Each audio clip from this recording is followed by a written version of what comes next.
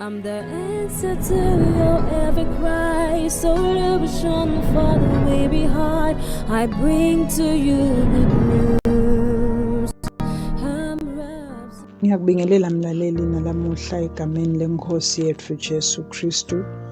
Angikwamukeleke luhlelweni lwethu lokufunza incwadi yethu yemihla ngemihla lesiyibita ngokuthi i-Rhapsody yemaqiniso libhalwe ngumfundisi Chris Oyakhilome DSC DD. Lamhla-ke ngilwesine tinge-28 kwenyanga yeNkhwakhweti. Isihloko salamhla sithi kongiwa ngamandla akhe uNkulunkulu. Ivesi-ke lekuvula silitfola encwadzini yesibili kuThimothi sahluko sekucala livesi lesikhombisa. Lithi ngobe uNkulunkulu akasiphanga umoya wokwesaba kodwa wasipha wamandla newelithando newengqondo lesangulukile.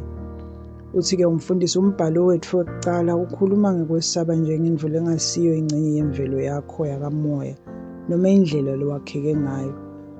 Ngako nangabe uke weva kwesaba kwetama kukubamba ukwale.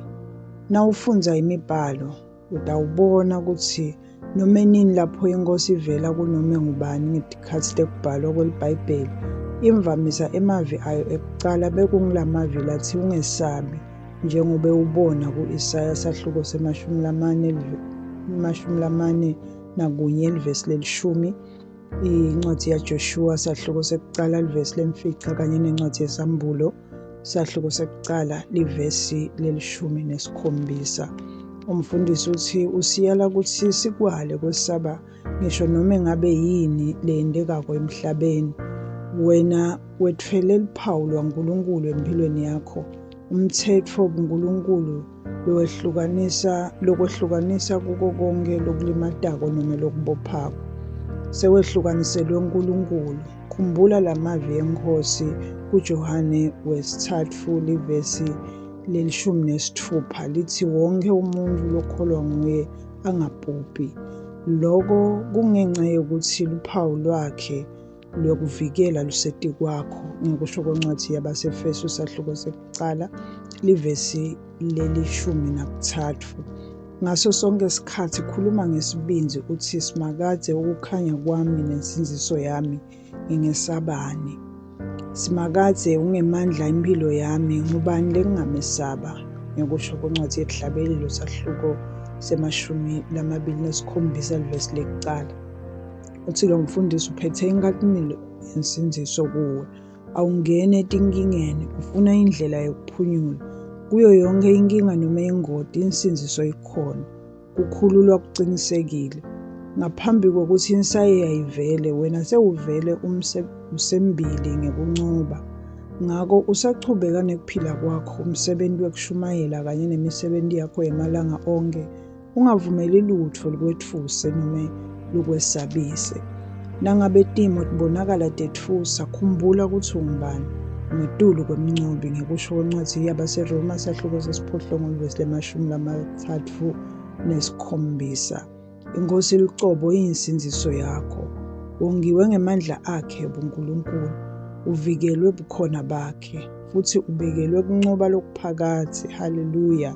Incwadi yesibili yabaseKorinte sahluko sesibili livesi lelishumi-4 uthi manje akabongwe uNkulunkulu ohlale yasinika kuncoba kuKristu. Haleluya. Ngako-ke phila ngendlela lekhombisa kuba nesibinzi futhi unenjongo. Khuluma ngeligunya. Hamba ngekwati ukuthi awusiye walelive. Le mpilo lekuwe ingcono kunayo yonke inkinga futhi umoya waNkulunkulu lokuwe ukugcina ungetulu kokulimala. IBhayibheli lithi encwadini yokuqala yaJohane sahluko sesine livesi lesi-4 mukhulu loyo lokini kunaloyo losemhlabeni. Haleluya. Naku-ke kuvuma mlaleli wena utawusho emva kwami. Simakadze usiphephelo sami nemandla ami. Insinziso yami kuye ngivikelekile futhi ngongekile bubini bonke. Impilo yakhele kimi indlula konke lokuyinkinga. Futhi kungenta ngihlale ngingetulu kwako konke lokulimatako noma lokungicindzetelako. Nemoya wemandla luthando kanye nengcondo lephilile. Haleluya. Kuchubeka nesifundo mlaleli utawufunza incwadi yehlabelelo sahluko se-27 livesi lekuqala uye evesini lesithupha. Incwadi ya-Isaya sahluko se-41 livesi lelishumi uye evesini lelishumi kanye nencwadi yekuqala yaJohane sahluko se-4 livesi lelishumi nesiphohlongo. Bese kuthi-ke eluhlelweni lokufundza iBhayibheli ngeminyaka munye lamhla-ke kufundwa incwadi yaJohane sahluko se-13 livesi le-31 kuya esahlukweni se-14 livesi lekuqala uye evesini lelishumi kanye nencwadi yesibili yemakhosi sahluko se-23 uye esahlukweni se-25. Bese kuthi-ke eluhlelweni lokufundza iBhayibheli ngeminyaka lemibili lamhla kufundwa incwadi yekuqala yabaseKorinte sahluko se-14 livesi lekuqala uye evesini lemfica kanye nencwadi yeTaga sahluko se-24. Angibonge mlaleli ukuthi sihlale kanye sifundza livi leNkosi. Ngikholwa ukuthi ubusisekile.